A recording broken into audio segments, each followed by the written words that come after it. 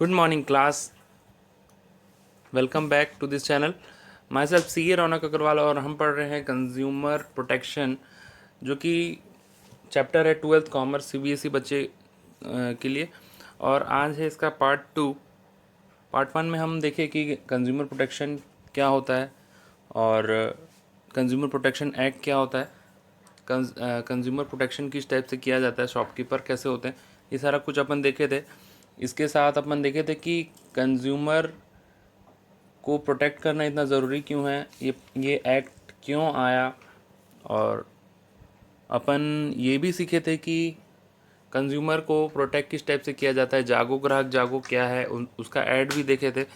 और इसमें पूरा डिटेल में समझे थे कि कंज्यूमर को किस टाइप से प्रोटेक्ट किया जाता है, कंज्यूमर प्रोटेक्शन क्या होता है। इन टोटल मेरे ख्याल से आपको बहुत मज़ा आया होगा। पार्ट 1 में आप ऐड देखे होंगे तो वो ऐड भी काफ़ी अच्छा था, बहुत कुछ सीखने वाला था उसमें, और इस चैप्टर्स के लिए बहुत ज़्यादा इम्पोर्टेंट भी था।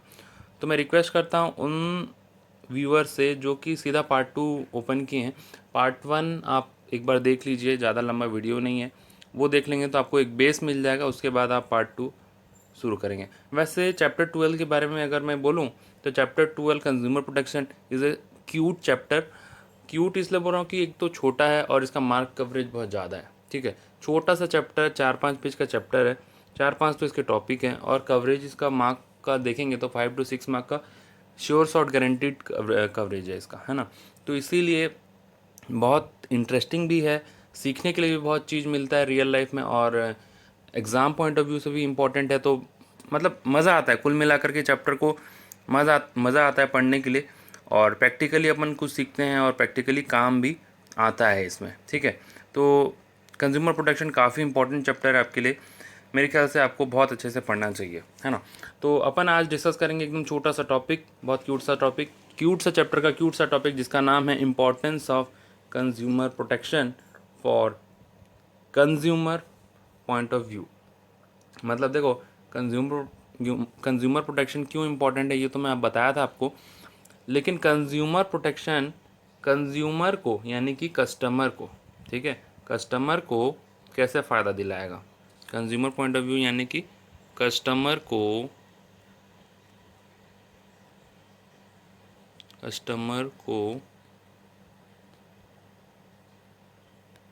क्या फ़ायदा होगा।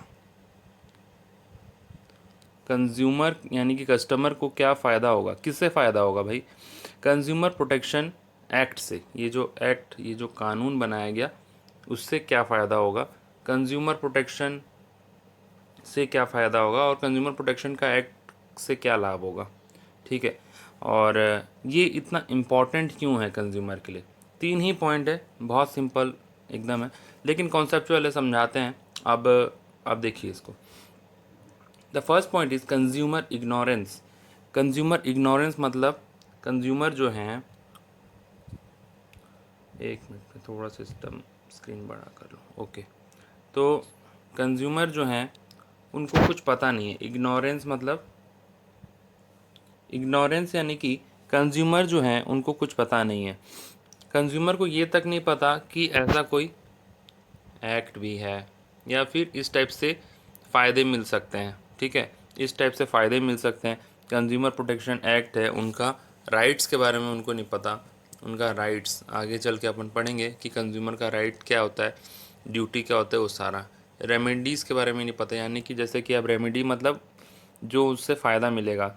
आप जैसे कंज्यूमर, जैसे दवाई खाते हैं, मतलब जैसे अपना तबीयत ख़राब होता है तो डॉक्टर रेमेडी में क्या लिखते हैं, दवाई। ठीक है, रेमेडी यानी कि सुझाव। ठीक है, तो कंज्यूमर प्रोटेक्शन से, कंज्यूमर प्रोटेक्शन एक्ट का इस्तेमाल करके हम उससे रेमेडी ले सकते हैं, हम उससे सुझाव लेकर के हम अपना फ़ायदा करवा सकते हैं। ठीक है, तो कंज्यूमर प्रोटेक्शन एक्ट का लाभ लेके, कंज्यूमर प्रोटेक्शन एक्ट का फ़ायदा उठा करके हम अपने आप को बचा सकते हैं। ठीक है, so this is the consumer ignorance, यानी कि मतलब कंज्यूमर इग्नोरेंस वाला पॉइंट में अपन ये पढ़े कि कंज्यूमर को सब कुछ पता नहीं रहता है, उनको कंज्यूमर को उनके राइट के बारे में पता नहीं चलता है, रेमेडीज़ के बारे में पता नहीं चलता है। तो कंज्यूमर प्रोटेक्शन क्या करता है? कंज्यूमर प्रोटेक्शन क्या करता है? सारे कस्टमर्स को बताता है। कैसे बताता है? अपन ऐड देखे थे, ऐसा ऐड बहुत आता था टेलीविज़न में, अभी थोड़ा कम हो गया। आप गवर्नमेंट के चैनल जैसे कि डीडी नेशनल, डीडी न्यूज़ वगैरह देखेंगे तो उसमें अभी भी काफ़ी ऐड आता है। तो इस टाइप के ऐड वगैरह से बताता है, न्यूज़पेपर वगैरह से बताता है। आप तो जानते ही हैं, आप तो मैनेजमेंट के स्टूडेंट बन गए, अब लास्ट चैप्टर पढ़ रहे हैं, आप जानते ही कि एडवर्टाइजमेंट के कितने सारे मीडियम्स हो सकते हैं और किस टाइप से। आप देखें कि इंटरनेट में भी ऐड वगैरह आते ही रहता है, और न्यूज़पेपर तो पुराना तरीका है ऐड देने का, बहुत पहले से। टेलीविज़न तो है ही, आप देखते हैं। तो सारा कुछ मिला जुला करके कंज्यूमर को बताया जाता है कि ऐसा ऐसा एक कंज्यूमर प्रोटेक्शन एक्ट है, कंज्यूमर कोर्ट जा सकते हैं, टोल फ्री नंबर है, उसमें कॉल किया जा सकता है, और कौन कौन से एजेंसी हैं जो कि आपको हेल्प करेंगे। ठीक है, तो उनका हक, उनकी हक की लड़ाई लड़ने के लिए उनको सारा कुछ ज्ञान दिया जाता है, उनको सब कुछ बताया जाता है। तो कंज्यूमर इग्नोरेंस यानी कि कंज्यूमर थोड़े से अनजाने से लोग हैं जिनको कि इस चीज़ के बारे में पता नहीं है। तो कंज्यूमर प्रोटेक्शन एक्ट क्यों इम्पोर्टेंट है उनको? क्योंकि उनको ये चीज़ बताया जाता है। ठीक है, समझ में आ गया होगा, I hope. The next point is unorganised consumer. ये देखो, ये नया पॉइंट आपके लिए, अनऑर्गेनाइज्ड कंज्यूमर, यानी कि कंज्यूमर जो है वो ऑर्गेनाइज नहीं है। अनऑर्गेनाइज यानी कि जो कि ऑर्गेनाइज नहीं होता है, नॉट ऑर्गेनाइज्ड।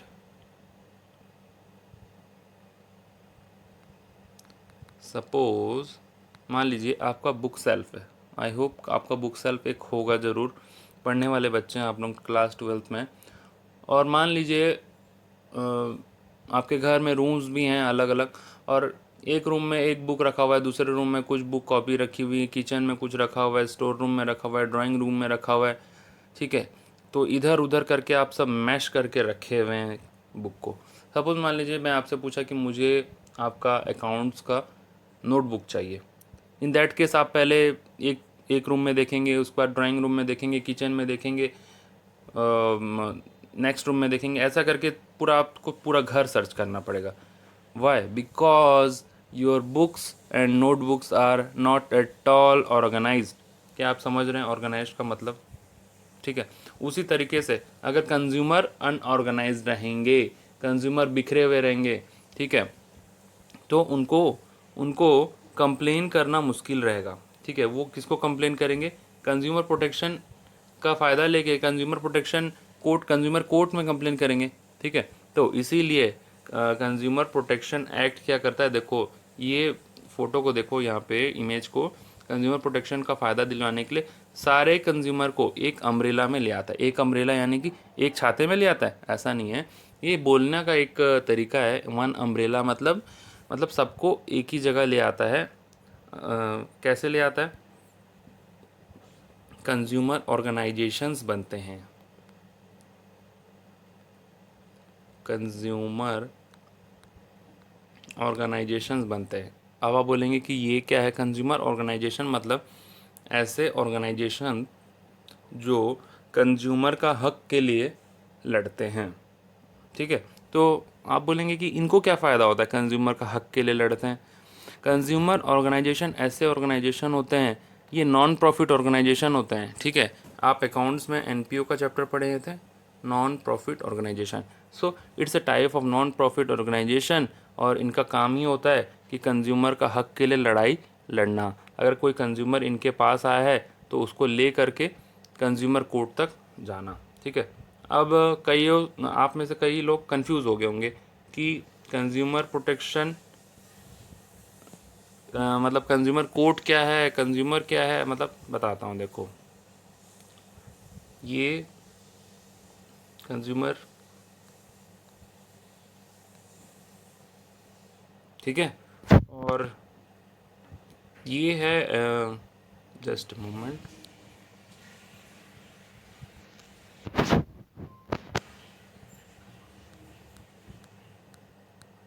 ये है कोर्ट। ठीक है, मान लो ये है कोर्ट। क्या है? Consumer court. Now the consumer is ignorant. Consumer ignorant है, यानी कि उसको कुछ पता नहीं है, और उसका नाम क्या है? लड़की है, लड़की, सी इज़ अ गर्ल, भोली, ठीक है, एक नाम है इसका भोली, ठीक है। कंज्यूमर लड़की है और इसको पता नहीं है कि ऐसा कोई कोड भी होता है और कोरट भी होता है और उसके वहाँ पे जा कर के हम फ़ायदा उठा सकते हैं। सो कंज्यूमर इज़ भोली और इसको कुछ पता नहीं है। Consumer is ignorant, in short I can say consumer is ignorant. Now what the consumer organisation will do.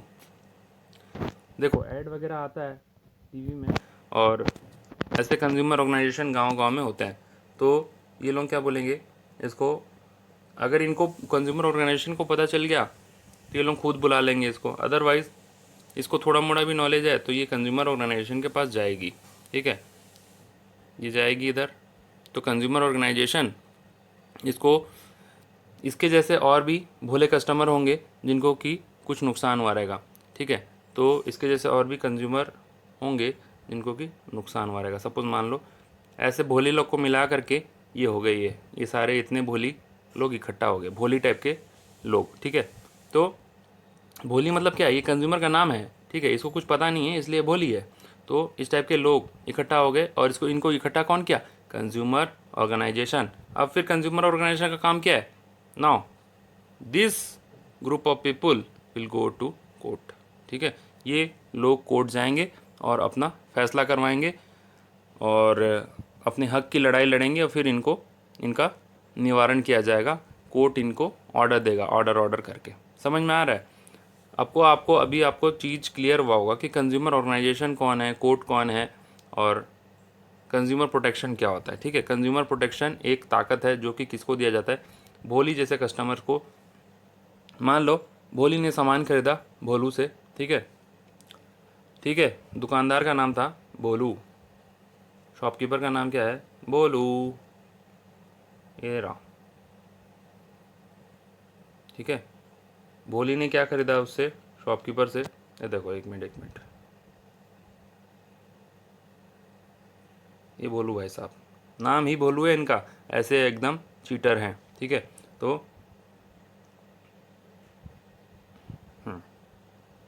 Clear है।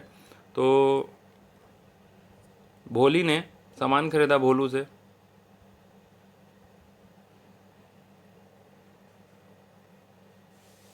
सामान में क्या खरीदा, दिल, ठीक है, सामान में क्या खरीदा, दिल। हाँ, दिल सिर्फ बॉडी वाला दिल नहीं होता है, ऐसे कुछ हर्ट वर्ट खरीदा होगा, ठीक है। लेकिन तो भोलू ने दिल दिया किसको, भोली को। भोलू ने दिल दिया किसको, भोली को। लेकिन जब भोली घर आई तो उसने देखा कि वो दिल टूटा हुआ था, ठीक है। तो उसने देखा कि दिल टूटा हुआ था, तो अब भोली बेचारी क्या करे, भोली की आंखों से आंसू बहने लगे। नाउ व्हाट द भोली डू, बिकॉज भोली इज इग्नोरेंट एंड भोली can, if Bholi has little knowledge about the consumer organization, then Bholi can move to consumer organization. भोली कंज्यूमर ऑर्गेनाइजेशन तक जा सकती है। तो कंज्यूमर ऑर्गेनाइजेशन क्या होता है, कंज्यूमर ऑर्गेनाइजेशन एक नॉन प्रॉफिट ऑर्गेनाइजेशन होता है जो कि भोली जैसे कस्टमर्स का के हक की लड़ाई लड़ता है। नाउ कंज्यूमर ऑर्गेनाइजेशन क्या करेगा, इस टाइप के भोली टाइप के कंज्यूमर को इकट्ठा करके उनको कोर्ट तक ले जाएगा और उनका फैसला करवाएगा। ये है कंज्यूमर ऑर्गेनाइजेशन का रोल और कोर्ट का रोल और भोली एंड भोलू। अब आपको चीज़ें क्लियर हुई। वैसे कंज्यूमर ऑर्गेनाइजेशन के ऊपर अपना और भी टॉपिक है आगे, वो अपन उसमें डिटेल में पढ़ेंगे। जस्ट मैं आपको एक ब्रीफ आइडिया दे दिया। तो अनऑर्गेनाइज कंज्यूमर थे भोली टाइप के, उनको ऑर्गेनाइज करना किसका काम है, कंज्यूमर प्रोटेक्शन का। और कंज्यूमर प्रोटेक्शन को इससे फ़ायदा होता है। Now this is clear, clear हो गया होगा आई होप बहुत कुछ, ठीक है। Now the third point is, मैं हटा दूँ अब ये चीज़ को, थोड़ा सा डटी लग रहा है।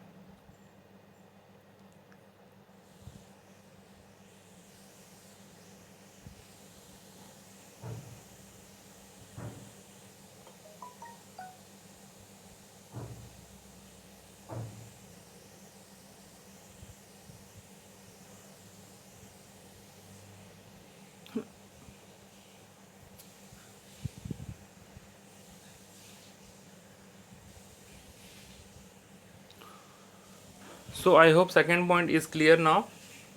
Now the third point is widespread exploitation of consumer wide spread expectation, यानी कि कंज्यूमर का आजकल, वैसे तो कंज्यूमर किंग माना जाता है मार्केट का, वैसे तो कंज्यूमर किंग है, लेकिन उसका राजा है, लेकिन उसको फिर भी राजा को भी चीट कर लिया जा रहा है मार्केट में। सोचिए, तो कंज्यूमर का हर फॉर्म में, अलग अलग फॉर्म में एक्सप्लॉयटेशन हो रहा है।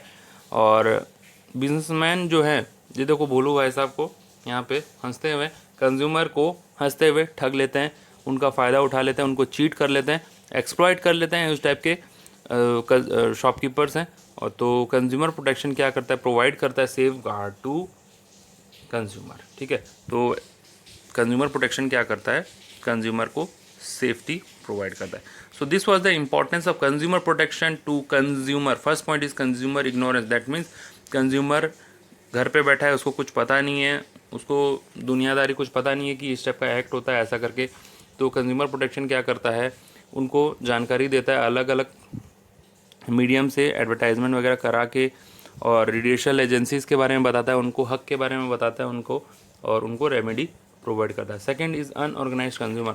आपने देखा कि भोली जैसे कितने अनऑर्गेनाइज कंज्यूमर हैं जो कि दुनिया में इस भोलू जैसे इंसान का शिकार बन रहे हैं। तो ये भोलू जैसे इंसान, भोलू जैसे शॉपकीपर सिर्फ नाम से भोलू हैं, अदरवाइज़ ये चीटर हैं। ये दिल भी देते हैं तो टूटा हुआ देते हैं, जिससे भोली को इधर उधर भटकना पड़ता है अच्छे दिल के लिए, है ना। मजाक का बात है, दिल आई मीन प्रोडक्ट, ठीक है। तो प्रोडक्ट भी देते हैं, ख़राब प्रोडक्ट देते हैं, टूटा फूटा देते हैं, तो जिसके कारण उसको इधर उधर भटकना पड़ता है। तो इसके लिए कंज्यूमर ऑर्गेनाइजेशन बने हुए हैं, वहाँ पे जा कर के भोली जैसे कस्टमर को इकट्ठा किया जाता है और फिर कोर्ट में लेके जाया जाता है। अब आप एक चीज़ इसमें बताना मैं भूल गया, आपको बताऊंगा, बोल रहा था कि कंज्यूमर ऑर्गेनाइजेशन पे मान लीजिए कि भोली जैसे कस्टमर नहीं होंगे, ठीक है, भोली एक इकलौती होगी, स्पेशल भोली, तो उस केस में वो कंज्यूमर ऑर्गेनाइजेशन भोली को, एक इकलौती भोली भी रहेगी तो उसको भी उसका हक दिलवाएगा, कोर्ट में ले जाएगा, उसका सारा काम करवा देगा वो, ठीक है। So this is the unorganise consumer, और इसको फ़ायदा दिलवाया जाता है। The third point is wide spread exploitation of consumer, यानी कि वैसे तो कंज्यूमर किंग है मार्केट का, लेकिन फिर भी उसको चीट कर लिया जाता है, यानी कि राजा के साथ धोखा हो जाता है, अनफेयर ट्रेड प्रैक्टिसेस किया जाता है, चीटिंग किया जाता है, ठीक है, उनको एक्सप्लॉयट कर लिया जाता है। So this is the importance कि कंज्यूमर को इससे फ़ायदा होता है। So this was regarding our discussion, today's discussion, and it a small topic about importance of consumer protection. I hope you all enjoyed the video.